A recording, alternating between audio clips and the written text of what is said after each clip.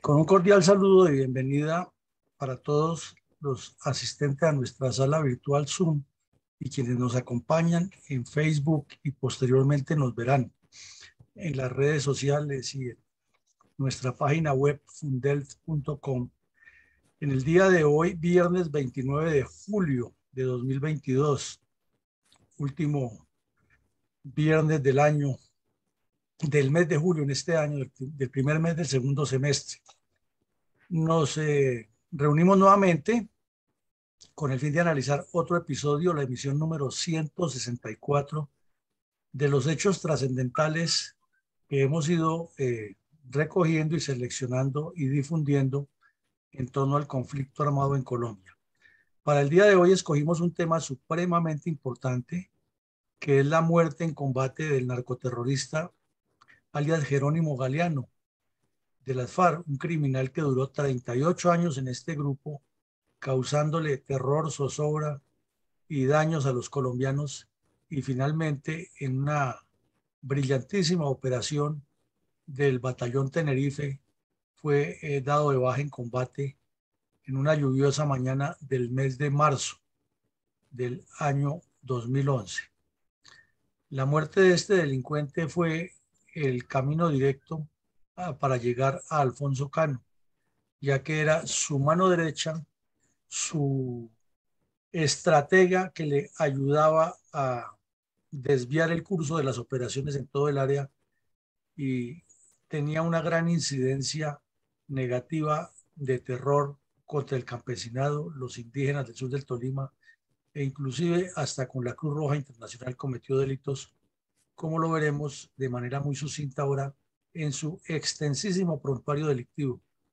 Este delincuente ingresó a las FARC a la edad de 19 años y permaneció 38 más en el grupo criminal. Y hace parte de la segunda, tercera generación fariana cuando fueron llevados a Casa Verde y a El Pato por los inicios de las FARC, muchos jóvenes vinculados desde la juventud comunista a las guerrillas de las FARC. Por lo tanto, los invitamos a tomar atenta nota del trasiego delictivo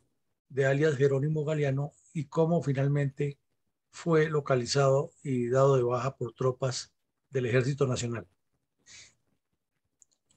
Mi coronel, desde la década de 1960, cuando nacieron las FARC, las cuadrillas de este grupo narcoterrorista se diseminaron en diferentes lugares del departamentos de Tolima, Cauca y Huila, y luego se extendieron hacia las llanuras colombianas, cruzando la cordillera oriental, donde realizaron acciones sorpresivas y propagandísticas del terrorismo comunista, mediante las que pretendían dar la imagen de que dicho grupo criminal avanzaba proyectivamente a tomarse el poder en Colombia. En ese orden de ideas, ¿cuál es la importancia geopolítica y geoestratégica del municipio de Aipe, Huila, limítrofe por el norte con los siempre conflictivos municipios del sur del Tolima? Bien, mi coronel. Estos tres mapas nos dan la pauta para entender mejor cómo sucede esa colonización armada que usted refiere en su pregunta y nos ayuda a entender mejor lo que allí ocurría. Vemos aquí en el mapa de Colombia resaltado en rojo el municipio, perdón, el departamento del Huila, que es alargado desde suroccidente hacia nororiente de el sur del país y está limitado o está guiado su territorio por la margen derecha que la constituye el eje de la cordillera oriental, que todos sabemos que se desplaza más o menos en 45 grados desde el suroccidente hacia el nororiente del país, que por el centro del departamento es bañado por el valle del Alto Magdalena. Por aquí nace el río Magdalena y se va extendiendo hacia el norte y parte el departamento en dos. Y al partirlo en dos, quiere decir que queda la cordillera central al occidente del río Magdalena y la cordillera oriental al oriente del río Magdalena. Usted pregunta o refiere que tres departamentos que fueron famosos en la formación de las guerrillas, pues son el del Tolima, que lo alcanzamos a ver una parte,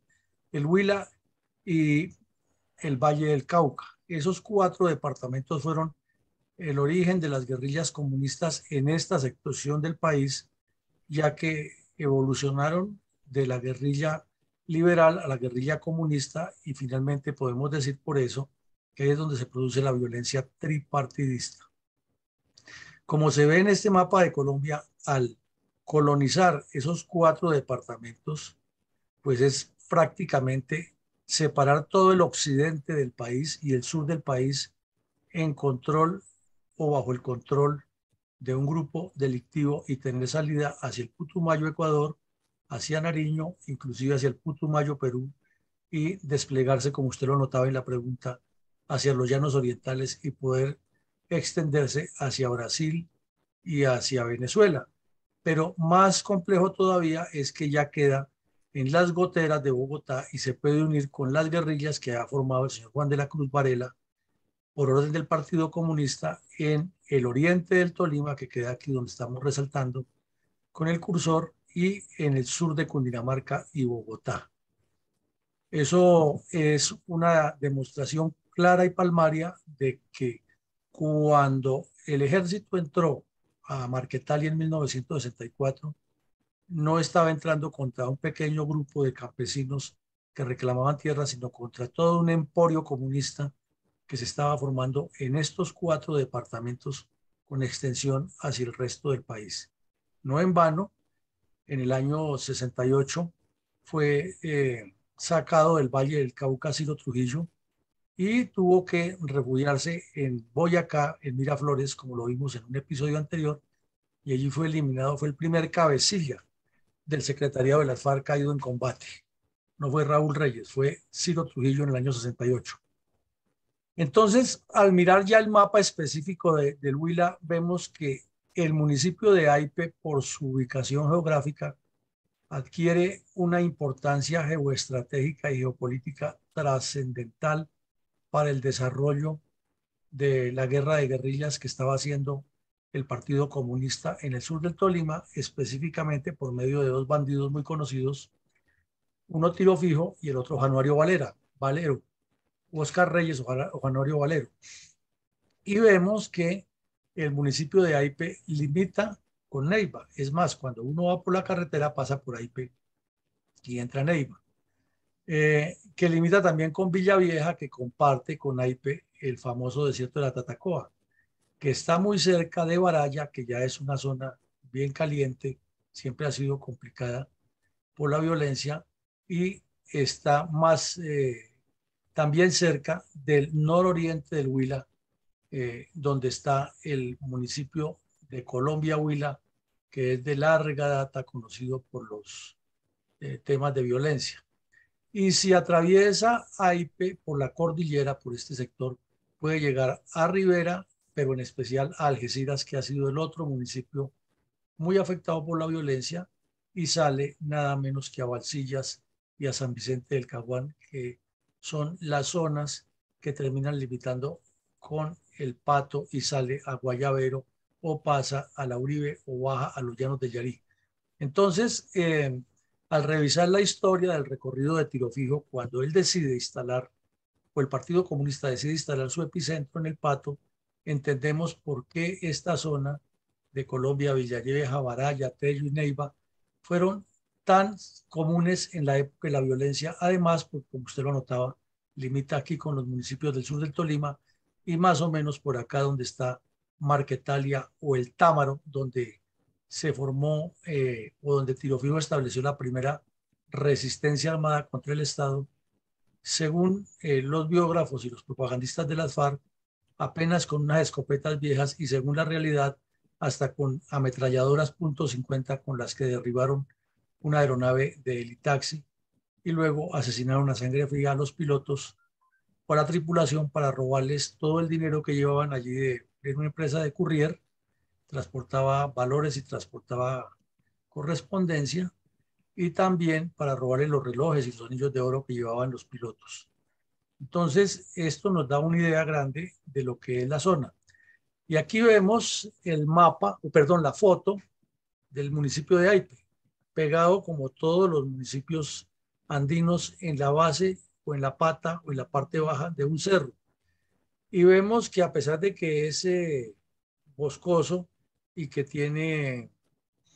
en la profundidad montaña alrededor, parte de la cordillera central, una estribación, el piso, la tierra, el suelo, nos da la idea de su cercanía ya con el desierto de la Tatacoa, y comienza a llamar la atención para los geólogos una formación terrestre tan importante y de tanto valor, porque es un municipio que además es petrolero, como lo es Tello y como lo es en parte Baraya y el mismo Neiva. Eh, y está sobre el valle occidental o la franja occidental del Valle del Magdalena. La construcción guarda las proporciones de las edificaciones españolas, lo cual indica que la cultura española y la presencia de los españoles sí se diseminó por todo el continente y no hizo el recorrido como hubiera podido hacerlo esa aculturación para habernos traído más y más desarrollo y menos eh, leguleyos y abogados en nuestra historia. Y aquí vemos unas fotos más interesantes de lo que es la zona rural del municipio de Aipe. Comienza ya a formarse el desierto de la Tatacoa, como ustedes lo ven por la formación del terreno, que además es precioso y, y que de noche permite en esta zona eh, hacer una observación de las estrellas y de el espacio sideral muy interesante para los estudiosos del tema. Y aquí vemos el famoso Valle de Pilicua, es uno de los sitios más hermosos que tiene Colombia. El río Aipe forma la garganta del Pilicua y es un sitio turístico donde se podría ir a disfrutar, pero hubo mucho tiempo en que no podían salir las familias por temor a que las secuestraran las FARC. En toda esta zona, como ustedes ven en el fondo, lo boscoso, y ya se va aproximando a la cordillera, y luego sube al sur del Tolima y baja a este desierto. El señor Jerónimo Galeano formó su emporio. Vemos también la importancia de lo que es el municipio de Aipe, que se ha ido desarrollando a pesar de la violencia que impusieron las FARC con el desarrollo o la industria petrolera, que le ha dado bastante impulso y ha ayudado a que las personas de allá mejoren su nivel socioeconómico. Sin embargo, la presencia de la guerrilla y la conflictividad social que siempre ha generado el petróleo no han permitido que ese municipio mejore, a pesar de la gran cantidad de regalías que le llegan. Que alcanzamos a ver en forma un poco borrosa que en el 2008 recibió 45.000 millones de pesos por regalías, pero ya sabemos que la corrupción y la politiquería acaban con esos recursos y no funcionan. Pero nos da la idea de la importancia geopolítica, estratégica y geoestratégica de ese municipio. Eso sería una descripción muy breve, muy general de la importancia geopolítica y estratégica de Aipe y de esa región, mi coronel Alarcón. Muchas gracias, mi coronel. ¿Quién era Arquímedes Muñoz Villamil, alias Jerónimo Galeano, y cuál era su prontuario más destacado luego de 38 años de militancia narcoterrorista en la FARC? Bueno, mi coronel, respecto a este personaje que lo vemos ahí en la foto, es uno de los emblemas de lo que tenían las FARC, así como lo fue Miller Perdomo, como lo es Pastor Alape, que son terroristas de la misma época, todos incorporados a las FARC por el Partido Comunista, y que estuvieron en las escuelas de Casa Verde y del Yarí, y que luego se regaron por el país formar todo un historial de violencia contra los colombianos. Como ya lo dijimos, duró 38 años en las FARC y se convirtió en el amo y señor del sur del Tolima con la venia de los periodistas que lo fueron conociendo y lo fueron volviendo famoso, como lo vemos en esta foto, en una de sus guaridas en el sur del Tolima, o norte del Huila, que se movía muchísimo, dando instrucciones, listo para una entrevista de las tantas que le hicieron los periodistas. A pesar de que ya llevaba una buena cantidad de años en la guerrilla, fue o se vino a ser conocido en el año 97, 98, cuando apareció en unas fotografías y unos videos firmando un pacto de paz entre las guerrillas de las FARC y los indígenas del sur del Tolima. Entonces, ahí decían en ese documento que las FARC se comprometían a respetar los cultivos y las propiedades de los indígenas y que los indígenas se comprometían a respetar la autoridad de las FARC. Y recordamos hasta la periodista Diana Calderón dándole trascendencia a esta noticia criminal. Bueno, pero aquí vemos de los 38 años un breve resumen de 13 de los 38 años de este delincuente y los vamos mirando muy rápido para darnos cuenta la cantidad de delitos y crímenes que cometió. En el 97 cometió un ataque terrorista contra la Inspección de Policía de Gaitania. Luego volvió a atacar el municipio de Ataco y destruyeron el puesto de policía, asaltaron el banco cafetero. Luego emboscó una patrulla del ejército en Llanetas, en Río Blanco, Tolima. Después destruyeron el banco agrario de Alpujarra y también las instalaciones del cuartel de policía e hirieron a 5 agentes de la policía. Posteriormente lo vemos que fueron asesinados en Roncesvalles, que este es otro caso que tenemos que ver aquí en la memoria histórica, la toma de Roncesvalles y el asesinato a sangre fría de 13 agentes de la policía. Luego siguieron con el municipio de Anzoátegui, mataron a otros 3 policías. Luego la destrucción del peaje de Alvarado y otros peajes que vamos adelante. Vemos que volvieron a atacar el municipio de Ataco y esta vez destruyeron 15 viviendas y la estación de policía. Y aquí vemos que asesinó en junio del 97 un funcionario de la Cruz Roja. Y aquí hago un paréntesis porque después de asesinar a este funcionario de la Cruz Roja fue cuando apareció en público anunciando que él había hecho el pacto de paz con los indígenas. Y como les repito, allá estuvieron todos esos periodistas que eran las estrellas de la época. Luego vemos que un mes más tarde hizo el secuestro de unos miembros de la USO, después otro peaje que asaltaron e incineraron varios camiones en la vía, luego otro asalto ya al Banco Nacional de Crédito Agrario en Santa Isabel, como vemos van rotando por todo el Tolima causando daños, luego nuevamente otro hurto a lo que quedó del banco para robarse la plata que no han podido llevar. Después, una presión a los campesinos para que no votaran con amenaza de muerte. Luego, otro asalto al banco cafetero en el municipio de Rovira. Posteriormente, el secuestro de unos periodistas. Luego, unas voladuras de torres, más voladuras de torres de energía. Una emboscada a unos agentes de la policía. Posteriormente, otro ataque a la inspección de Gaitania nuevamente, ya la han atacado 2 veces. Luego, el asesinato de 7 soldados en Ortega, Tolima. Después, el asesinato del corregidor de rural en cercanías a Ibagué, en Piedras, que se llama el corregimiento. Posteriormente, el asesinato de una concejal en el municipio de Anzoátegui. Ese fue un caso también tenaz. A esta señora la sacaron de la sede del consejo y la llevaron y le hicieron un juicio revolucionario, como llaman ellos, y el propio Jerónimo le pegó un tiro en la cabeza con una pistola 45. Luego otro asalto contra el caserío de Llanitos, también cerca de Ibagué. Posteriormente el asalto de un ganadero. Y así vemos que siguen y siguen y la lista sigue de los crímenes de este delincuente,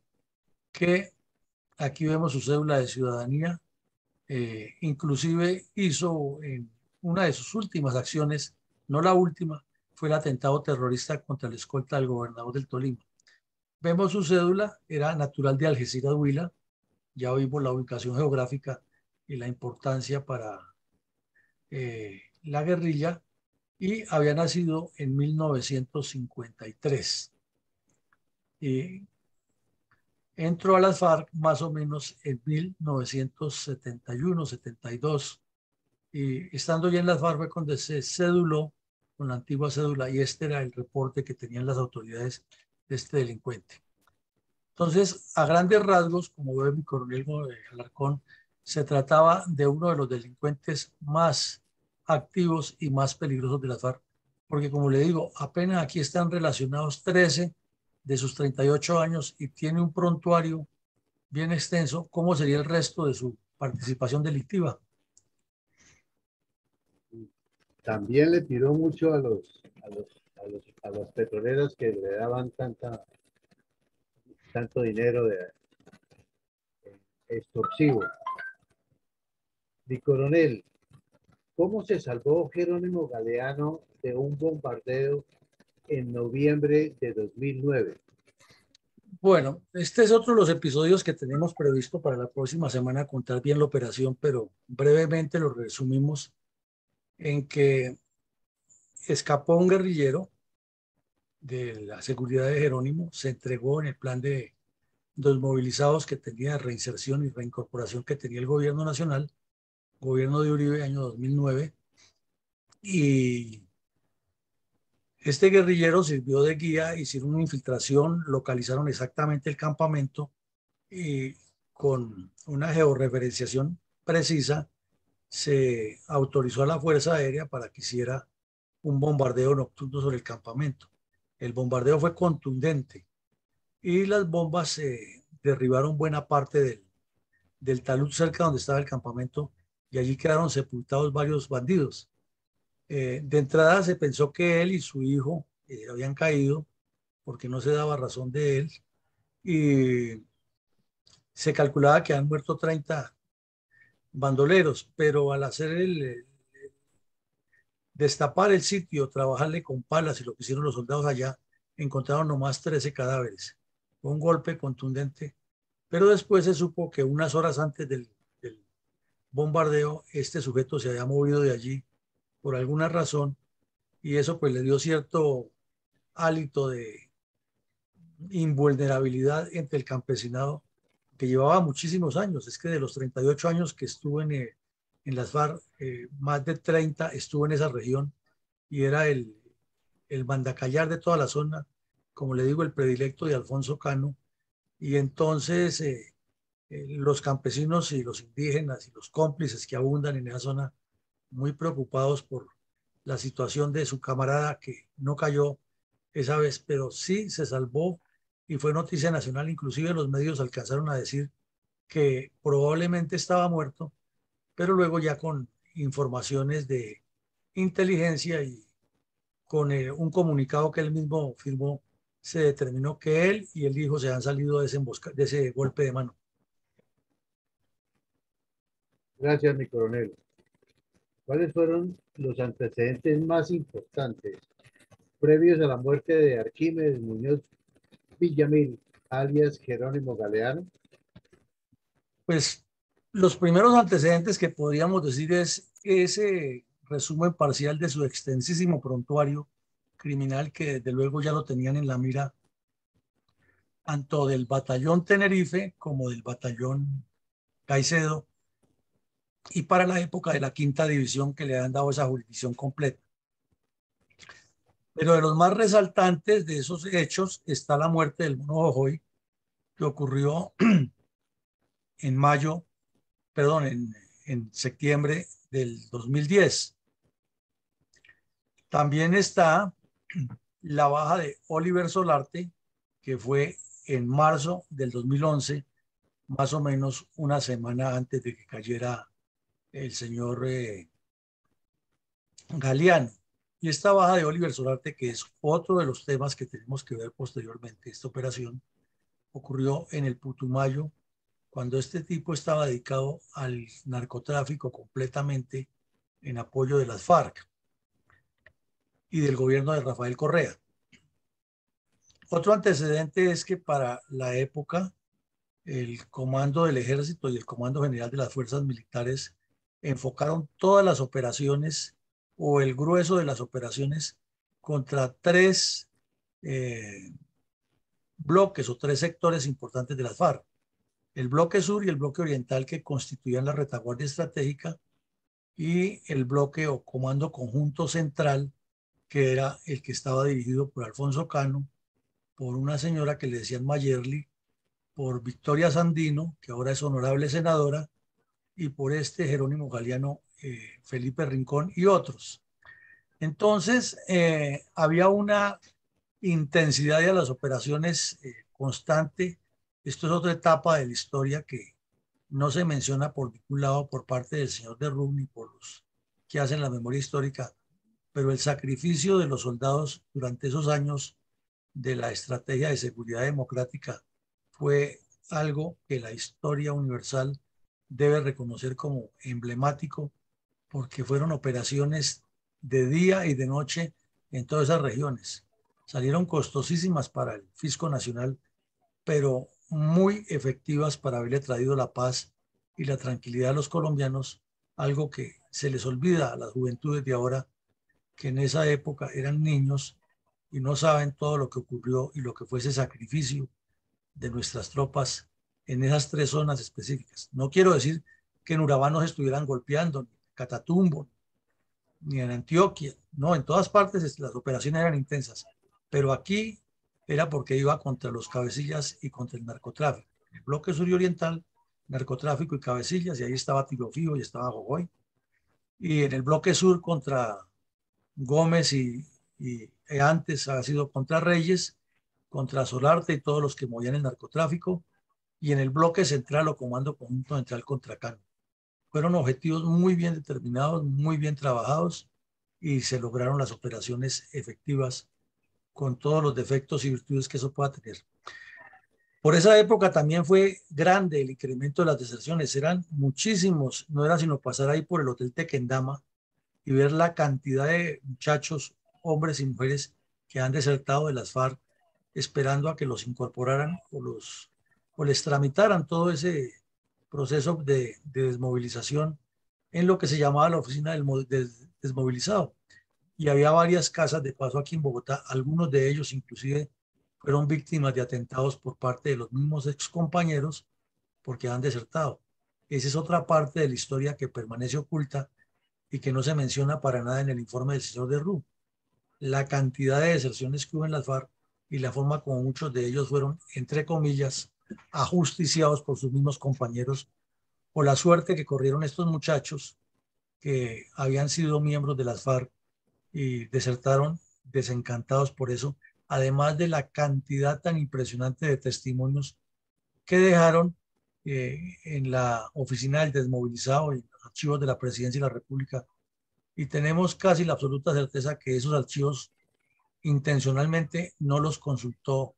el señor de Rú para su memoria, y si los consultó, ocultó lo que allí dice, porque hay verdades graves de muchas cosas que se hacen dentro de las FARC. También esas deserciones ayudaron muchísimo a desvertebrar, y nos parece que ahí fue donde estuvo la debilidad de las FARC para que la pudiera golpear más duro la fuerza militar, y fue la cantidad de la captura de milicianos. No es que exista como tal un proyecto centralizado y decir estábamos capturando milicianos y se estaba haciendo este proceso, sino que eso se iba dando en todas las regiones, y entonces sin que las fuerzas militares lo notaran, ni las FARC tampoco lo notaban al principio, esa pérdida continua de milicianos, o porque capturaban o porque se desertaban también, o porque morían al enfrentarse con las tropas, iba quitándole a las FARC los ojos en las regiones, y por eso cada vez era más fácil llegarles directamente a los cabecillas. Eso tampoco está escrito en el informe de la verdad, que debería estar allí, y tampoco está escrito que los milicianos que sobrevivieron no fueron entregados en el pacto que hicieron con Santos en Cuba y que por eso todavía se conservan con alguna fortaleza las supuestas disidencias de la Segunda Marquetalia y de Gentil Duarte. Eh, no se puede negar que la oferta o el ofrecimiento de recompensas, en especial por cabecillas como Solarte, como Galeano, Hoy, como Reyes, como Rincón, como Tabaco,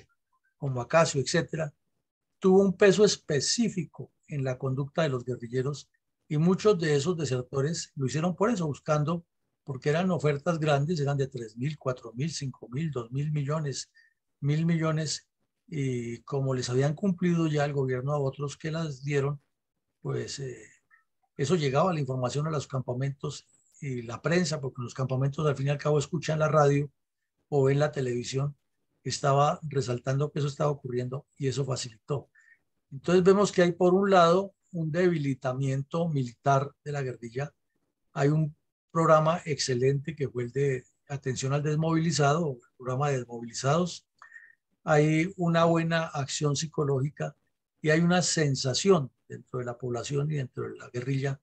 que sí se puede golpear las FARC, que son un problema para la seguridad, no son ningunos salvadores. Y pues estaba el presidente Uribe y acababa de recibir Santos sacando ventaja de todo lo que se insistía desde el alto gobierno, pero hay que resaltar que esto no es obra del señor Uribe, esto es obra de los soldados y policías que sacrificaron hasta sus vidas, porque como vemos, en medio de los golpes que le causaban a las FARC también le causaban golpes a las fuerzas militares y a la policía. Entonces, toda esa sangre derramada por los soldados y los policías en aras de defender el país y de campesinos que fueron víctimas de estos terroristas fue lo que trajo como consecuencia este tipo de actividades. Mientras tanto, ya las FARC habían pasado de la ofensiva que traían durante los débiles gobiernos de Samper y de Santos, habían pasado a una defensiva estratégica que la llamó Alfonso Cano el Plan Renacer, que consistía fundamentalmente en regresar a la guerra de pequeños grupos de guerrillas, y ahí es cuando el señor Galeano decide moverse por Aipe con un pequeño grupo porque sabía que los cabecillas estaban en la mira, ya había sido blanco de un bombardeo en el 2009, entonces ya no quería volver a estar en campamentos grandes ni rodeado de mucha seguridad al estilo de los capos de las FARC, sino que había llegado a esa conclusión, como también llegó Cano, que recordemos que cuando murió tenía una pequeña guardia alrededor de él y ya en profundidad tenía más seguridad. Así estaba operando el señor Galeano. Entonces, de lo que se trataba en ese momento, la estrategia era infiltrarse con grupos pequeños hasta donde estaban los bandidos, localizarlos, reportar con inteligencia técnica su ubicación y luego venía la operación aeroterrestre contundente con apoyo de Fuerza Aérea y desembarco de tropas siempre con tipo comando, utilizando los lazos, las sogas, para caer en terrenos donde se evitara llegar sobre un campo minado que dinamitara el helicóptero y de allí iniciar la aproximación táctica, guiado siempre por exguerrilleros o por personas que conocían exactamente el sitio del campamento. Grandes rasgos, esos son los antecedentes, hay muchísimos más, pero ese es un mapa general que nos da la idea de lo que estaba pasando, mi coronel Alarcón. Muchas gracias, coronel. Por favor, señale los hechos más importantes o resaltantes de la ejecución in situ en la vereda Chapinero del municipio de Aipe, donde tropas del batallón de artillería Tenerife abatieron a Arquímedes Muñoz Villamil, alias Jerónimo Galeano. Bueno, en todo ese periodo hay como una recomposición a la quinta división, se le reasigna el área, eh, había subido al comando del ejército y luego al de las fuerzas militares el general Navas, que tenía en sus objetivos este comando conjunto central y sobre todo que Cano era el objetivo número uno. Entonces, la estrategia que trazó el comando general y el comando del ejército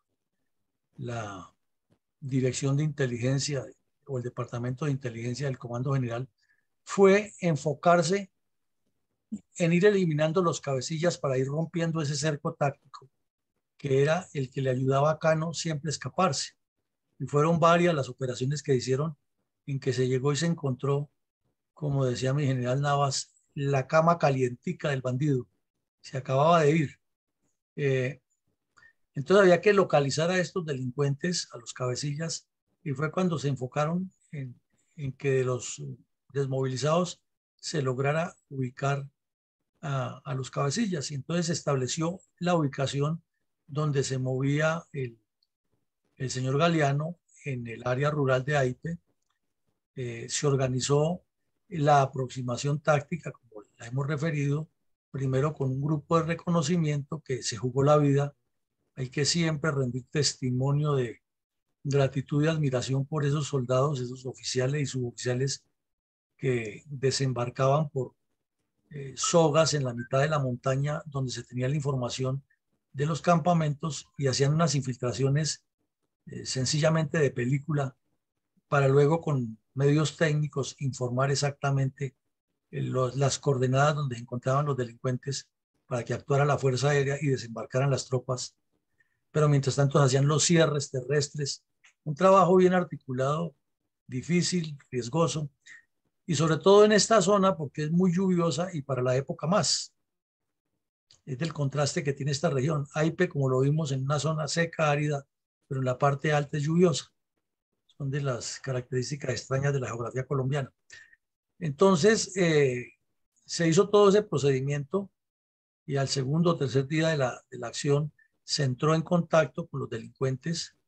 pero el aguacero era muy intenso y se comenzaron a encontrar cadáveres. La primera que se encontró fue una joven que le decían Yamilet, que era la operadora del radio de Jerónimo Galeano, y el sombrero del sujeto, que ese sombrero que lo vimos en la foto inicial siempre lo tenía puesto y era su característica un sombrero que lo diferenciaba de los demás guerrilleros. Pero no se encontraba él. Entonces las operaciones seguían y en una de las etapas de la persecución, un soldado especializado en un tirador escogido lo detectó como a 300 metros y de un solo disparo lo eliminó y eliminó a otro. Ese fue el éxito de esa operación. Entonces ya cuando la tropa avanzó encontró el cadáver, ya por el parecido físico, pues era la sensación de que ahí estaba. Tocó esperar hasta que pudo entrar un helicóptero con un miembro del CTI, como lo vemos ahí en la foto, y ese miembro del CTI ya vino con los equipos técnicos y con la verificación de huellas y el cotejo de lo que tenían en la, en la fiscalía y en la registraduría acerca de la identidad de este señor. Hicieron la verificación y se comprobó. Pues naturalmente fue un éxito total porque este era un delincuente muy conocido en todo el país y sobre todo en esa región del Huila, el Tolima, había causado mucha zozobra, como vimos, había encabezado asaltos a poblados, secuestros, atracos. Entonces, los soldados habían cumplido una misión grandiosa y las FARC habían sufrido otro golpe demoledor. No muchos días antes había caído una mujer que era alias, ahora se me escapó el nombre, bueno, una mujer muy famosa, Mayerly. Mayerly, ella era muy cercana, también era cabecilla de grupo, era mujer de confianza absoluta de Cano, había sido capturada y a Cano le quedaban los días contados. Inclusive el presidente Santos, que era muy dado a la figuración mediática, anunció que los días de Cano estaban contados y efectivamente 6 meses después Cano cayó abatido por el Ejército Nacional. Entonces, como vemos, aquí se suman una serie de factores, la constancia del general Navas, que nunca perdió de vista el objetivo principal, la dedicación de los soldados que hasta perdieron la vida algunos, aquí en este combate murió uno, eh, otro quedó herido, y todo lo que nos trae como recuerdo el sacrificio de nuestro ejército tratando de resolver solamente desde el campo militar un problema que requiere una acción complementaria y completa del Estado. Muchas gracias, mi coronel. ¿Cuáles son los resultados de este contundente golpe táctico que por su naturaleza alcanzó importantes réditos estratégicos durante el periodo de más asedio militar de las fuerzas militares contra las FARC en las áreas de los bloques sur, oriental y comando central conjunto?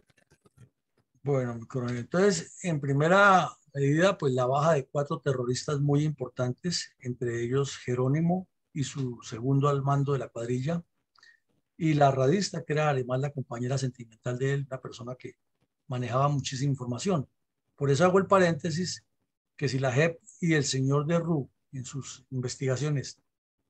quisieran decir la verdad, no tendrían ni siquiera que entrevistar a ninguno de los cabecillas, simplemente que llamaran a la mujer de Tiro Fijo y que cuente toda la verdad, que no la ha contado. Esa sí sabe toda la historia de las FARC y es cómplice de cientos, de miles de crímenes que cometieron las FARC porque todo pasaba por las manos de ella, lo que le consultaban a Tiro Fijo y las órdenes que daba Tiro Fijo y la historia de lo que sucedía en las regiones. Entonces, retornando al tema, pues la radista y compañera sentimental de Jerónimo Galeano, que llevaba varios años con él, también tenía una información de ese sector específico y tenía mucha complicidad y sabía muchos secretos que se fueron a la tumba, pero que también afectaron muchísimo a la cuadrilla 66 de las FARC, que era la que dirigía el señor Galeano. Entonces, de los 4 terroristas, 3 muy importantes, y el otro también porque era el escolta personal, el que andaba al lado de Jerónimo Galeano. Como les decía, desafortunadamente un soldado murió en el combate, o sea que fue un combate fuerte, no fue sorpresa total para los delincuentes, reaccionaron y otro soldado quedó herido de gravedad. Es la parte negativa. En el sitio se decomisaron 6 armas largas, varias armas cortas, un computador, memorias USB, documentos que fueron muy útiles para la inteligencia militar para posteriores operaciones y otros documentos que están durmiendo el sueño de los justos en la fiscalía porque nunca se judicializó completamente eso, ni tampoco el señor de Rú ni la memoria histórica han acudido con profundidad a esos archivos a desentrañar lo que hay escrito, porque podría parecer que en esa verdad estarían implicados muchos dirigentes políticos nacionales, regionales y locales en lo que era la relación con las FARC.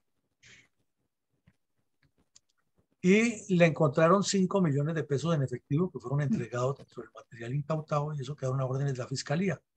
Entonces, como vemos, fue un golpe trascendental, fue en el mes de marzo de 2011 y así se denominó la operación,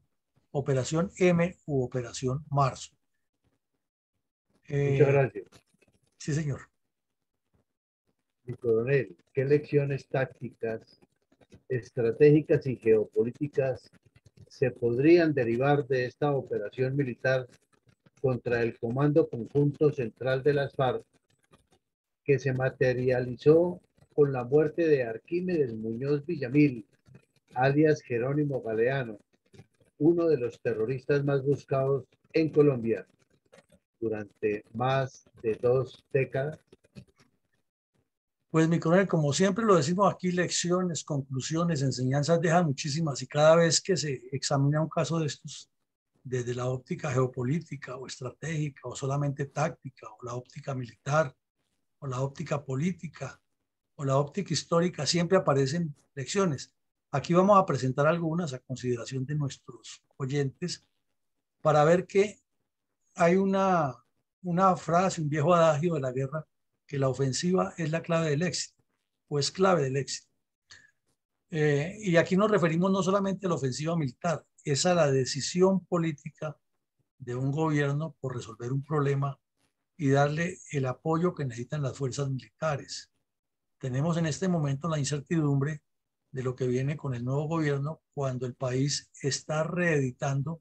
este tipo de violencias porque Jerónimos Galeanos hay otros en otras partes del país al mando de otros grupos de narcotraficantes y las fuerzas militares en el último periodo han venido siendo exitosas. Hemos visto la captura del tal Úsuga, que fue enviado a Estados Unidos, de Mayimbu, de Matamba, de Mordisco y otros delincuentes que han caído, todos vinculados con el narcotráfico y con el terrorismo.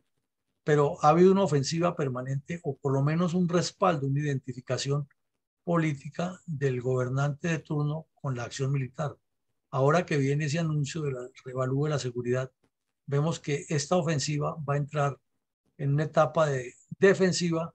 y entonces la ofensiva pasa al campo del otro lado y probablemente tendremos muchas dificultades de seguridad porque un delincuente de estos no va a renunciar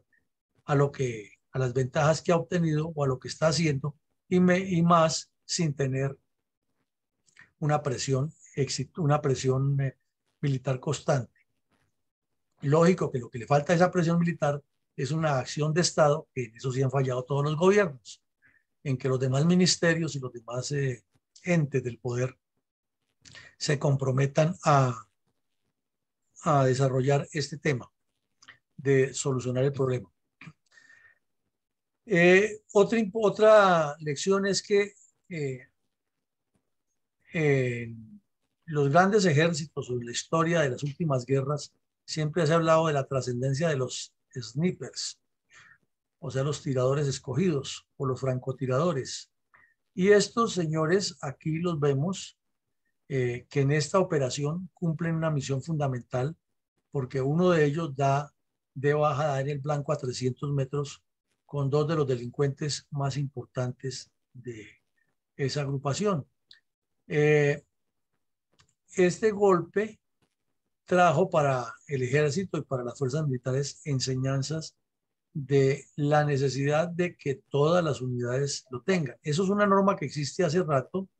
pero aquí se corroboró una vez más la importancia de estas personas especializadas en disparar sobre objetivos móviles a grandes distancias con fusiles previamente alistados o acondicionados para este tipo de acciones. De igual manera, se vio una vez más, porque esto es de larga data, todo el que ha trabajado en operaciones de contraguerrilla sabe la importancia de tener la información al día de un guerrillero desmovilizado y ojalá que el Señor ayude ayude o colabore en la conducción de una patrulla, porque cuando lo hacen honestamente, sin trampas, generalmente llevan a que las unidades tengan éxitos, ya que ellos son los que conocen el entorno operacional de los bandidos. Por eso, en el informe del señor de Roux, ahí sí los tiene en cuenta e insiste que por nada del mundo se pueden utilizar para ninguna acción y que la obligación es entregarlos inmediatamente a la fiscalía o al órgano judicial, pero que no se les puede ni siquiera preguntar, porque todo lo que se les pregunte tiene que ser con un abogado. Obvio, saben que ahí está la forma de sobrevivir las guerrillas, es que los desertores o los capturados no vayan a contar absolutamente nada. Aquí en esta operación se nota una combinación perfecta de la inteligencia en todos los campos, técnica, táctica, de combate, etcétera. Una acción psicológica muy efectiva, sobre todo después de la operación, porque se aprovechó para demostrarle a los campesinos del sur de Tolima y el norte del Huila que apoyando bandidos no van a salir adelante, y a los bandidos se les demostró que no tenían ninguna invulnerabilidad y que ese mito de que el señor era intocable, porque ya se hablaba de que era otra especie de tiro fijo, ¿no? Que se convertía en matas de plátano, que se convertía en mate de café, que se volvía invisible cuando los soldados pasaban por el lado de él, etcétera. Pues ahí cayó cuán largo era y quedó demostrado que no era invencible. Y las operaciones, pues una vez más se refinó otra experiencia de operación aeroterrestre, de infiltración, del manejo de los grupos RECON, que son valiosísimos. Otra lección importante es que, aunque se cuestiona muchísimo que en Colombia muere un cabecilla y aparece otro, pues claro, eso es por la dinámica interior de cómo funcionan los grupos criminales, pero también es de resaltar que al golpear de manera sistemática a los cabecillas, se les va asediando, se les quita la iniciativa en el terreno y se facilita que sean las tropas las que tengan siempre la iniciativa táctica y la iniciativa estratégica. Sea que, por un lado, no se resuelve el problema totalmente porque ellos ya tienen previsto quién reemplace a pero sí, por el otro, incide en que la desmoralización cunde, la incertidumbre cunde y sobre todo que perder la iniciativa en la guerra es ceder la ofensiva a la parte contraria, que en este caso eran las fuerzas militares. Como ya lo hemos dicho, fue un anuncio que resultó premonitorio y efectivo para Alfonso Cano, quien ya había decidido moverse hacia Cali, una parte, como lo hemos repetido, en razón a esta ofensiva guerrillera, decidió moverse hacia el valle, y otra es porque ya las FARC habían visto que en Cundinamarca no podían lanzar la ofensiva final como han previsto, entonces había que centrar lo- todos los esfuerzos hacia la ciudad de Cali, y por eso estaban pidiendo paralelamente que les desocuparan Pradera y Florida para liberar a los secuestrados que todavía tenían en su poder. Y fue un golpe importante al Plan Renacer, porque Alfonso Cano tomó la decisión de que volvieran a la guerra de guerrillas, a la de grupos pequeños, que no volvieran a estar en esas montoneras que antes hacían, cuando las fuerzas militares no tenían el poder de la aviación y cuando no se tenía esa inteligencia técnica tan bien determinada, ni el apoyo de Estados Unidos con los reconocimientos satelitales. Entonces se suponía que al volver a los grupos pequeños era imposible entrarles, pero la debilidad de los desertores y el buen trabajo que se hizo con ellos para obtener las informaciones exactas los tenían contra las cuerdas, y este golpe fue fundamental porque Cano finalmente, uno infiere que psicológicamente estaba golpeado, estaba afectado, le había pasado la operación Jaque, había caído Reyes, había caído Lucero Palmera, había caído Solarte,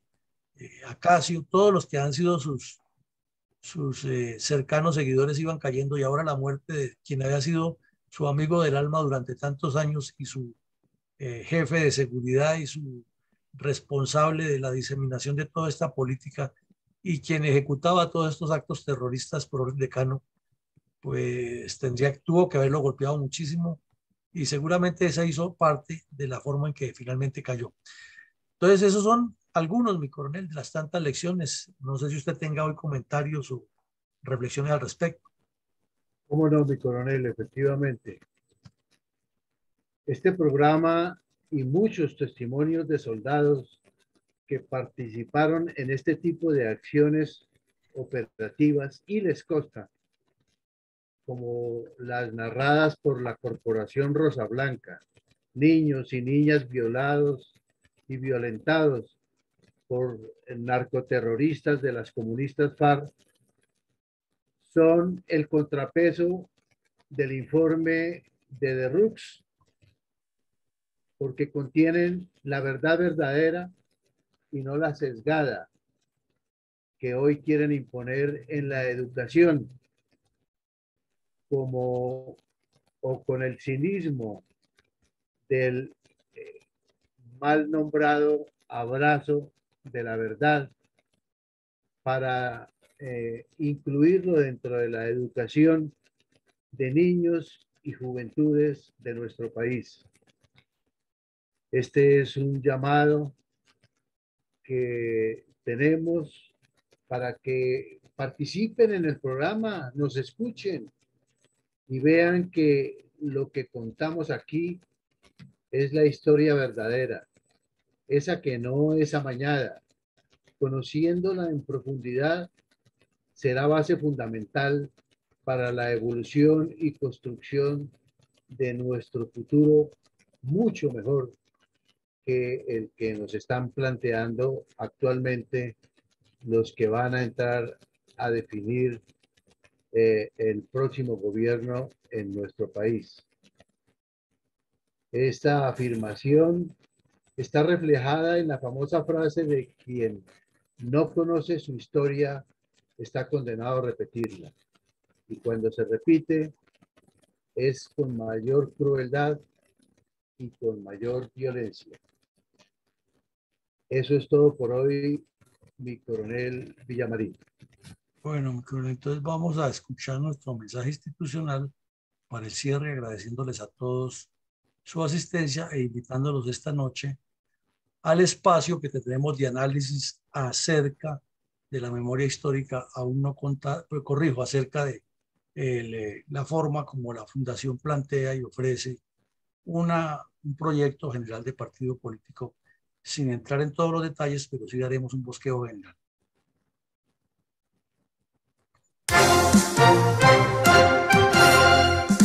Invitado nuevamente para que todos los días, de lunes a sábado, de 7:30 a 9 de la mañana, se conecte a las redes sociales de la Fundación Excelencia, Liderazgo y Transformación, a escuchar en la voz de sus protagonistas la verdadera memoria histórica de la violencia desatada durante varias décadas por las guerrillas izquierdistas contra Colombia. Lo esperamos en nuestra próxima emisión. Bueno, entonces feliz día para todos, una buena taza de café, don Manolo, y que Dios nos bendiga a todos.